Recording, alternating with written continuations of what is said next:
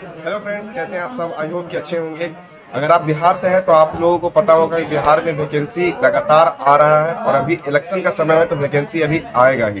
तो बिहार में वैकेंसी, जैसे बिहार जिला चौकीदार की वैकेंसी भी नहीं आई है, मगर अभी आपको 10 दिन के अंदर बिहार दरोगा का वैकेंसी 1800 प्लस पोस्ट पे आपको देखने को मिलेगा। तो अपने आप में दरोगा की जो वैकेंसी है वो रुका हुआ था। तो हम बात करने वाले हैं बिहार दरोगा वैकेंसी के बारे में कि इसमें क्या क्राइटेरिया होगा कि हम लोग फॉर्म फिल कर सकते हैं। जैसा कि आप देख पा रहे हो कि मैं अभी प्रेजेंट में बिहार होमगार्ड में कार्यरत, मतलब कि ट्रेनिंग पे हूँ, और हम लोग का ट्रेनिंग जैसे हो जाएगा मैं भी अपने आपको बिहार पुलिस में, फिर उसके बाद आगे का प्रोसेस जो रहेगा वो देखा जाएगा। पर फिलहाल में अभी तो बिहार होमगार्ड में जॉब है और बिहार होमगार्ड में भी करना है। तो चलिए, वीडियो स्टार्ट करने से पहले अगर आप मेरे चैनल पे न्यू आए तो वीडियो को शेयर कर देना, चैनल को लाइक कर देना। और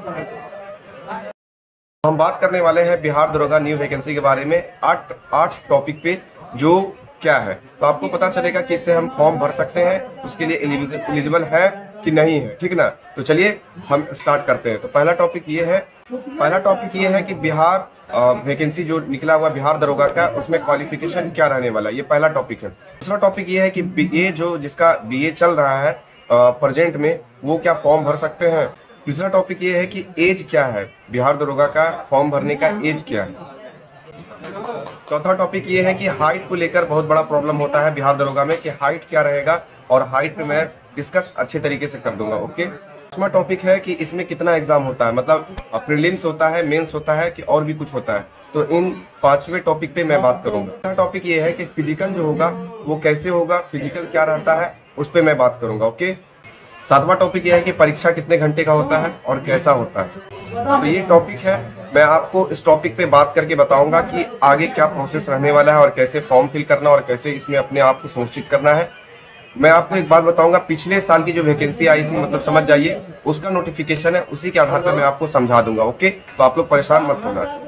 तो फ्रेंड्स, जो हमने 8 टॉपिक जो बताया था आपको, मैं उसके माध्यम से आपको पिछले साल का जो 2017 का यहाँ पे जो आपको दिख रहा होगा नोटिफिकेशन, मैं उस पर बात करूँगा, आप लोग आसानी से समझ जाएंगे। ओके। यहाँ पे अभी तक कोई नोटिफिकेशन नहीं देखने को मिला है, मगर पुराने नोटिफिकेशन के तौर पे ही यहाँ पे देखने को मिलेगा। कोई भी यहाँ पे चेंजिंग आपको देखने को नहीं मिलेगा। अगर जो चेंजिंग होगा तो उसमें मैं आपको बता दूंगा कि यहाँ पे चेंजिंग किया गया है, और क्या चेंजिंग रहेगा वो भी पता चल जाएगा। ओके। तो चलिए मैं बात करता हूँ। सबसे पहले यहाँ पे जो है कि यहाँ पे जो ग्रेजुएशन क्वालिफिकेशन क्या रहने वाला है, क्वालिफिकेशन की बात करते हैं। तो क्वालिफिकेशन क्या रहेगा, सबसे पहले ये टॉपिक पे बात करना चाहिए। क्वालिफिकेशन क्या, देखिए क्वालिफिकेशन जो है बीए रहेगा आपका, बीएससी रहेगा, या उससे आपका ज़्यादा स्तर का है तो वो आपका रहने वाला है। ओके। तो यहाँ पे जो बीए जो अभी नाम लिखा हुआ है, जैसे फर्स्ट ईयर, सेकंड ईयर और थर्ड ईयर में जो अपेयर जो चल रहा है, वो फॉर्म को नहीं भर सकते। ऐसा कोई प्रावधान नहीं है कि आप फॉर्म को भर सकते हैं। यहाँ पे वो फॉर्म नहीं भर सकता जिसका बीए चल रहा है, इस बात को आप समझ जाइए। दूसरा टॉपिक है, देखिए यहाँ पे जो है दूसरा टॉपिक ये है कि एज क्या रहने वाला है। एज पे बात करते हैं कि एज बिहार एसआई का क्या रहने वाला है। तो एज सबसे ज़्यादा इंपॉर्टेंट होता है, और एज में यहाँ पे कोई भी बदलाव आपको देखने को नहीं मिलेगा। यहाँ पे देखिए एज जो है यहाँ पे आपके सामने है, अधिकतम अनारक्षित मतलब जनरल कोटा के लिए 20 वर्ष से लेके 37 वर्ष यहाँ पे एज आपको देखने को मिलेगा, और पिछड़े वर्ग के, अत्यंत पिछड़ा वर्ग के पुरुष के लिए न्यूनतम 20 वर्ष और अधिकतम 40 वर्ष आपको देखने को मिलेगा। अनारक्षित समान कोटि पिछड़ा वर्ग एवं अत्यंत पिछड़ा वर्ग के लिए 20 वर्ष से लेकर 40 वर्ष, और अनुसूचित जाति, अनुसूचित जनजाति पुरुष महिलाओं के लिए 20 वर्ष और अधिकतम 42 वर्ष यहाँ पे देखने को मिलेगा। तो एज का जो क्राइटेरिया है वो आपको समझ में आ गया होगा कि एज यहाँ पे बिहार एसआई में क्या रहने वाला है। ओके। देखिए सबसे बड़ा प्रॉब्लम होता है बिहार एसआई का हाइट में। हाइट का जो प्रॉब्लम है वो हर किसी को नहीं मालूम है, सटीक जानकारी नहीं है, जिस वजह से वो फॉर्म भी नहीं भरते बिहार एसआई का। तो मैं चाहता हूं कि मेरे द्वारा जो जानकारी दिया जा रहा है वो बिल्कुल आपको सटीक काम करे, और आपको पता हो कि एज के साथ, हाइट के साथ क्या क्या मेजर किया जा रहा है। तो यहाँ पे देखिए, यहाँ पे लिखा हुआ है अनारक्षित समान वर्ग के लिए, पिछड़ा एवं अत्यंत पिछड़ा वर्ग के लिए, पुरुष के लिए 165 सेंटीमीटर, अनुसूचित जाति एवं अनुसूचित जनजाति के लिए, पुरुषों के लिए 160 सेंटीमीटर, और सभी वर्गों के लिए, महिलाओं के लिए न्यूनतम हाइट 160 सेंटीमीटर होगा। और सेंटीमीटर में यहाँ पे देख रहे हैं, और न्यूनतम वजन जो है 48 केजी होना अनिवार्य है। अगर आप 48 केजी नहीं होंगे, कोई भी महिला तो यहाँ पे आपको बाहर कर दिया जाएगा। तो ये सब प्रॉब्लम है छोटा छोटा, इसके लिए घबराना नहीं है। मगर जो हाइट है वो हाइट के हिसाब से बात करते हैं।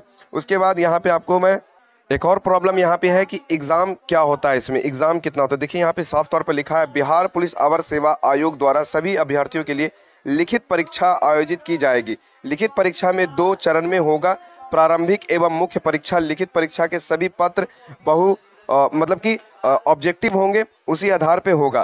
प्राथमिक परीक्षा 200 अंक का यहाँ पे होता है, आप सबको मालूम होगा। समय जो है वो 2 घंटा दिया जाता है। उसी प्रश्न में आपको 30 अंक प्राप्त करना है, 30% अंक आपको प्राप्त करना है।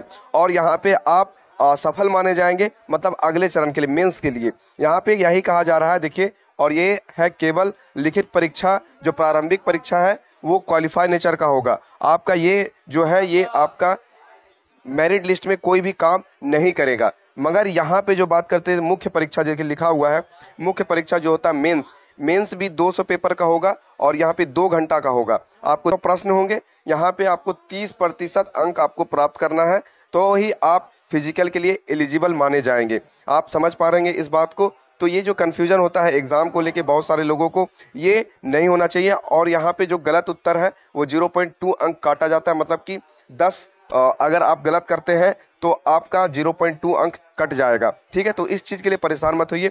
नेगेटिव मार्किंग बहुत कम रहता है बिहार एसआई में। फिजिकल क्राइटेरिया क्या है? सबसे पहली बात, मैंने तो आपको यहाँ पे जो चेक करवा मतलब बता दिया है कि हाइट क्या रहने वाला है, एज क्या रहने वाला है।